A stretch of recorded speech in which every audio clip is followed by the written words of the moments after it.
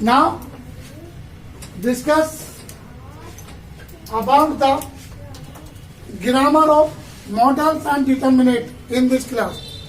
Dear students, आज की class आप लोगों के लिए एक खास क्लास है जिसमें हम दो चीज का रिवीजन करेंगे, मॉडल्स का और डिटर्मिनेशन। देखो, मॉडल्स और डिटर्मिनेशन जितने भी फिलिंग द ब्लैंक्स है, उन सब फिलिंग द ब्लैंक्स को भरने के लिए हमारा हिंदी में सोचना और वर्ड मीनिंग्स और जिस चीज को आप फिल कर रहे हो उसकी हिंदी आपको पता होनी चाहिए।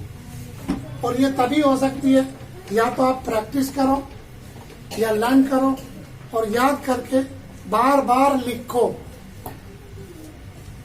अगर आपको बार बार लिखना, बार बार पढ़ने में प्रॉब्लम है तो हमारी इस वीडियो को रिपीट कर करके आप सुनिए, तो आपको एक एक चीज याद हो जाएगी, क्योंकि हम यहाँ लिखते भी हैं और बोलकर भी समझाते हैं। तो पहले आते हैं मॉडल्स पे। किस पे आते हैं? मॉडल्स पे।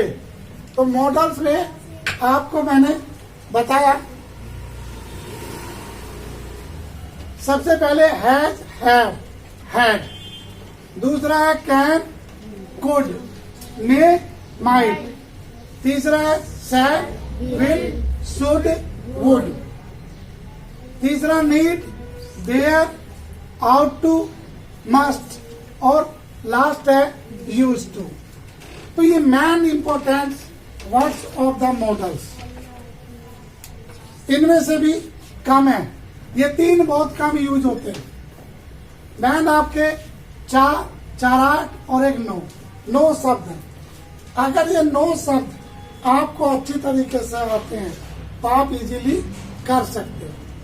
जैसे देखो, हैज है टू, इसका अर्थ होता है पढ़ता है, पढ़ते हैं, पढ़ती है या पढ़ा है आदि।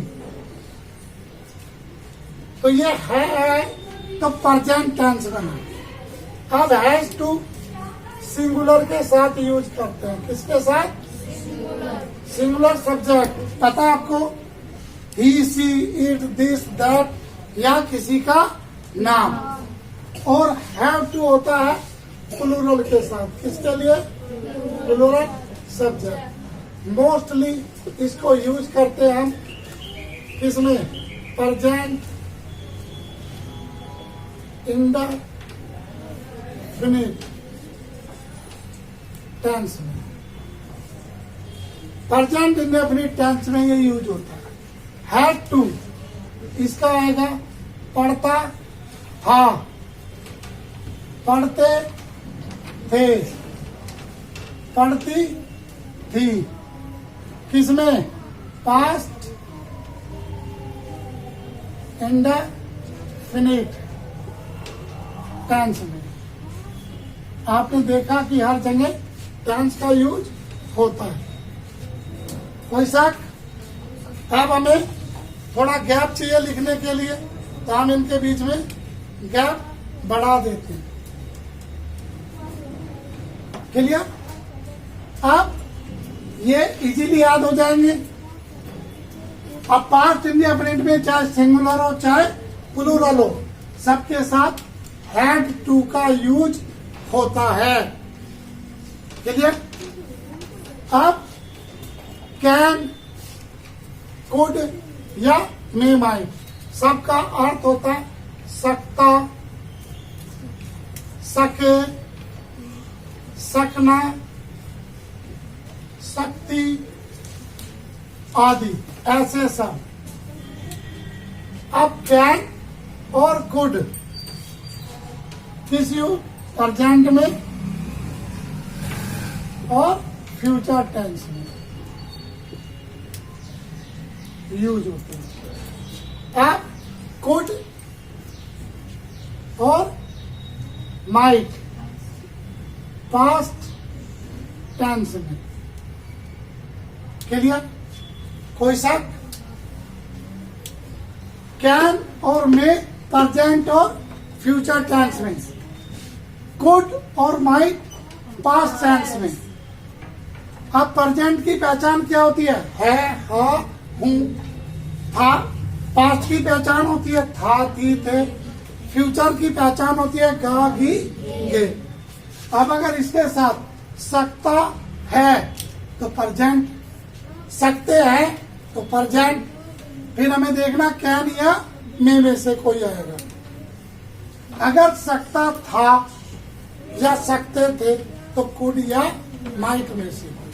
सकता होगा, सकते होंगे तो कैन या मे में से आएगा। क्लियर? कोई सा? आप कुड और कैन का यूज और मे और माइट का यूज, ये संभावना, उम्मीद, क्षमता, योग्यता,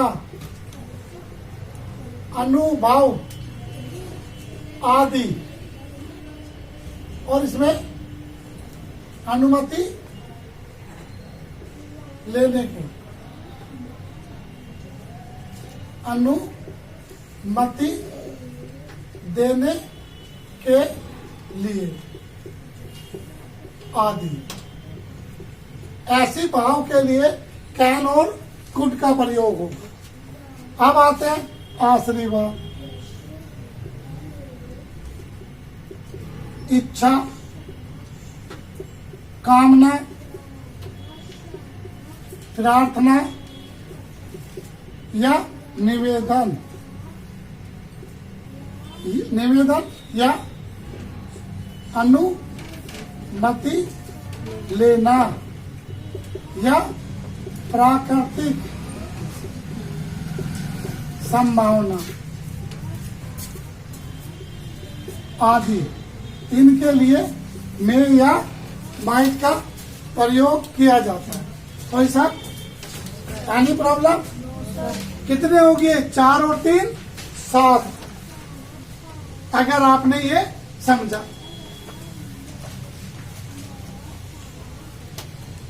क्लियर? अब आता है शैल और विल। शैल और विल आपको पता फ्यूचर टेंस में यूज करते हैं। किसमें? Future tense. ये फ्यूचर में,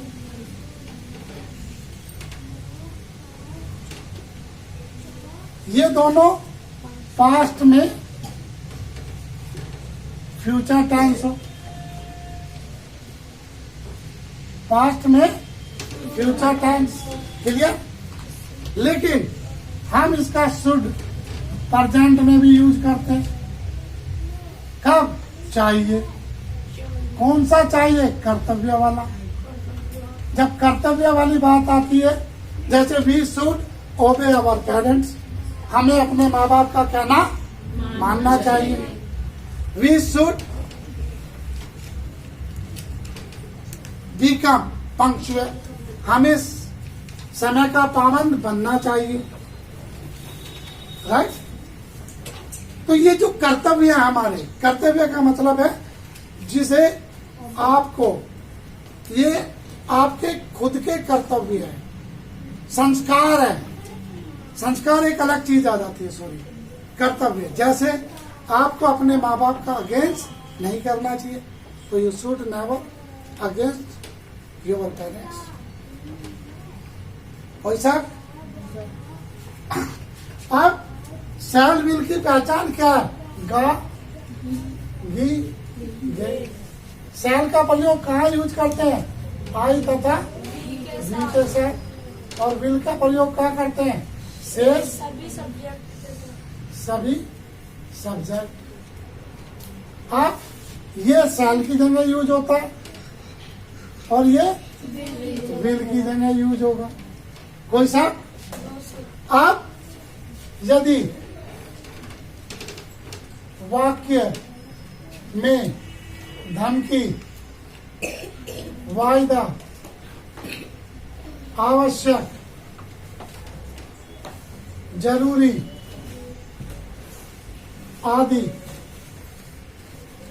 भाव हो तो शैल का प्रयोग शेष सभी सब्जेक्ट के साथ, राइट, और विल का प्रयोग आई तथा वी के साथ। समझ में आई? कोई शक? अगर आई शैल गो टू आगरा, मैं आगरा जाऊंगा, नॉर्मल बात है, तो आई के साथ शैल लगा। लेकिन अगर मैं ये कहूं मैं आज ताज एक्सप्रेस से आगरा जाऊंगा, तो आई विल, आई के साथ अब क्या आ गया? विल, क्योंकि कंपल्सेशन आ गया, जरूरी आ गया। I will go to Agra by Taj Express today. Is that clear? हाँ जी, क्लियर।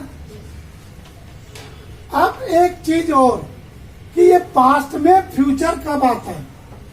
दोस्तों, डायरेक्ट इनडायरेक्ट के जितने भी वाक्य होते हैं, जो डायरेक्ट होते हैं वो सिंपल होते हैं, जो इनडायरेक्ट होते हैं उसमें मोस्टली अगर फ्यूचर की बात होती है डायरेक्ट में, तो जब उसे इनडायरेक्ट बनाते हैं तो पास्ट में फ्यूचर का यूज किया जाता है।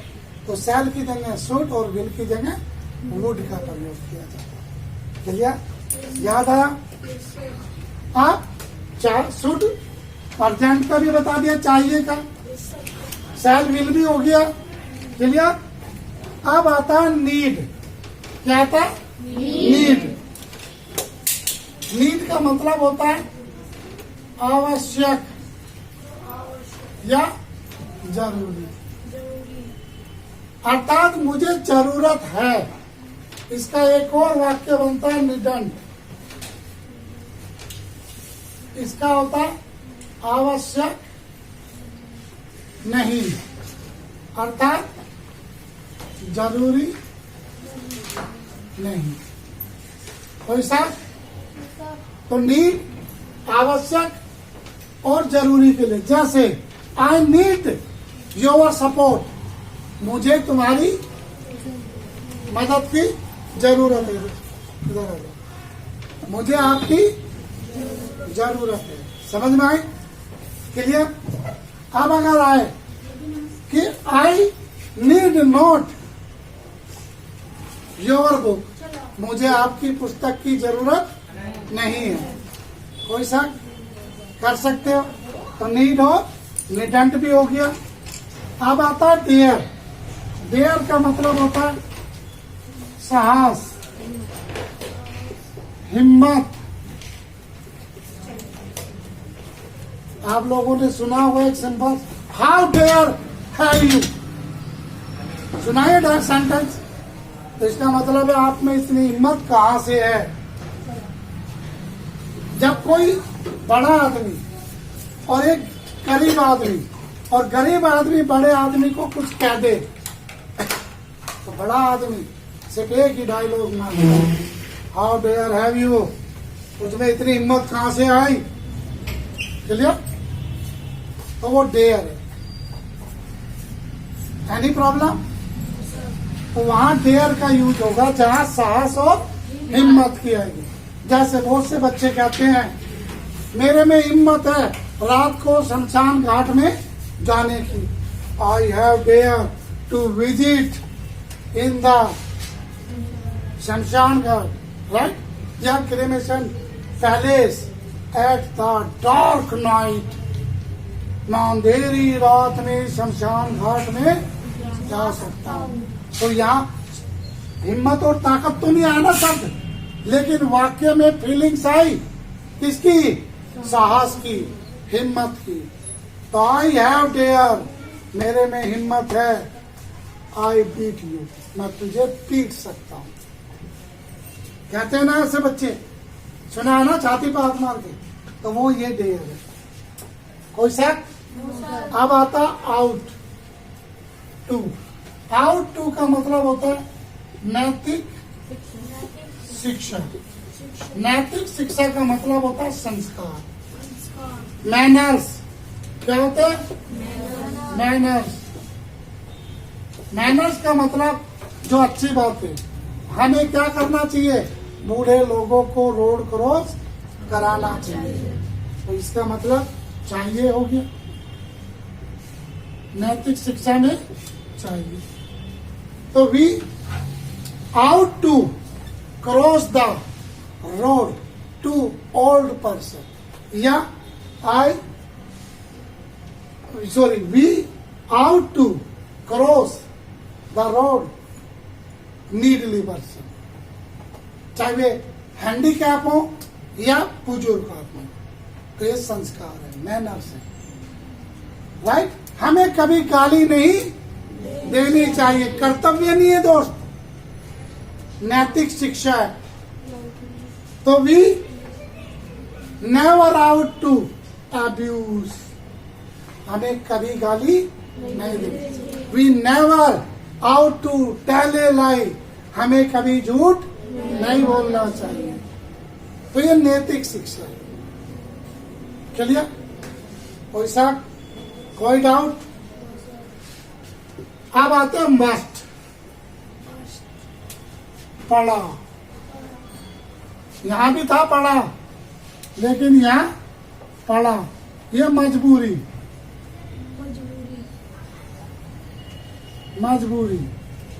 में चाहिए भी हो सकता है। आप देखो, चाहिए 3 प्रकार के, एक कर्तव्य वाला, एक नैतिक शिक्षा वाला और एक मजबूरी वाला। तो हमें ये, मैंने आपसे बोला था, आपका हम इंडियन है, भारतीय हैं हम, तो हमारी सबसे पहली मेंटेलिटी क्या है? हिंदी। हम हिंदी में बहुत अच्छा सोचते, लेकिन ये कहना गलत है दोस्त, क्योंकि इंडियन ही सबसे बेकार हिंदी यूज करते हैं, क्योंकि सही वाक्य नहीं बनाते हैं। हम हिंदी तो बहुत बोल लेते हैं, लेकिन उसके सही वाक्य नहीं सोच पाते, और इसका रीजन है नैतिक शिक्षा, संस्कार। क्योंकि आप के कभी पेरेंट्स आपको सही तरीके से बोलना नहीं सिखाते। दूसरा, सोसाइटी, आप जिस कल्चर में रहते हैं, अगर किसी अच्छी कल्चर या सोसाइटी में आप रहते हैं, तो वहाँ मोस्टली चीजें आप नैतिक शिक्षा की सीख जाते हो, सिखाई नहीं जाती। ठीक है? तो आपको सबसे पहले अपने माइंड को सेट करना है, सही वाक्य बनाना, सही हिंदी में वाक्य बनाना, तभी आप उसे इंग्लिश में अच्छी तरीके से कन्वर्ट कर सकते हैं। ठीक है? अगर आपके हिंदी में ही वाक्य सही नहीं बने, तो दोस्त आप इंग्लिश कभी नहीं सीख सकते, फिर आप रट्टाफिकेशन वाले बच्चे बनेंगे। ठीक है? अब देखो, मस्ट मजबूरी। अब ये क्या है? मजबूरी में चाहिए, मुझे अस्पताल जाना पड़ा, मजबूरी है ना। तो I must go to hospital. कौन जाता है खुशी से? किसका कर्तव्य है अस्पताल जाने का? डॉक्टर का है भाई, हमारा नहीं है। हम तो मजबूरी में तो जाते हैं, या खुशी से जाते हैं अस्पताल में? नहीं जाते। आप क्या नैतिक शिक्षा है? हमारे मम्मी पापा ने कहा है, रोज ऑफिस जाने से पहले, स्कूल जाने से पहले हॉस्पिटल में जाओ। नहीं। मंदिर, we must go to temple, मुझे मंदिर जाना पड़ता है। क्यों? नैतिक शिक्षा भी है। मैं कहता हूं नैतिक शिक्षा भी। क्यों? क्योंकि मजबूरी है, डर है हमारे अंदर, मंदिर में नहीं गए तो भगवान नाराज हो जाएगा।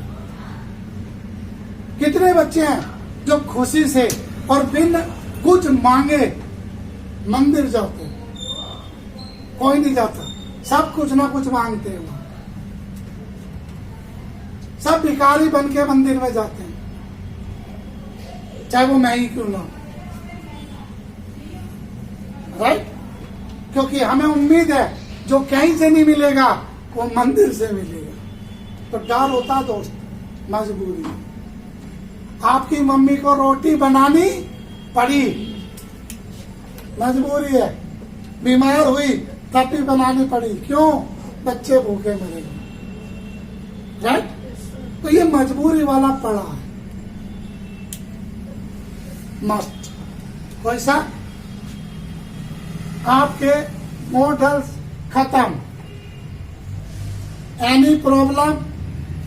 अगर कोई प्रॉब्लम है तो डिस्कस कीजिए, नहीं तो आगे प्रैक्टिस में चलते हैं। क्लियर? कोई शक?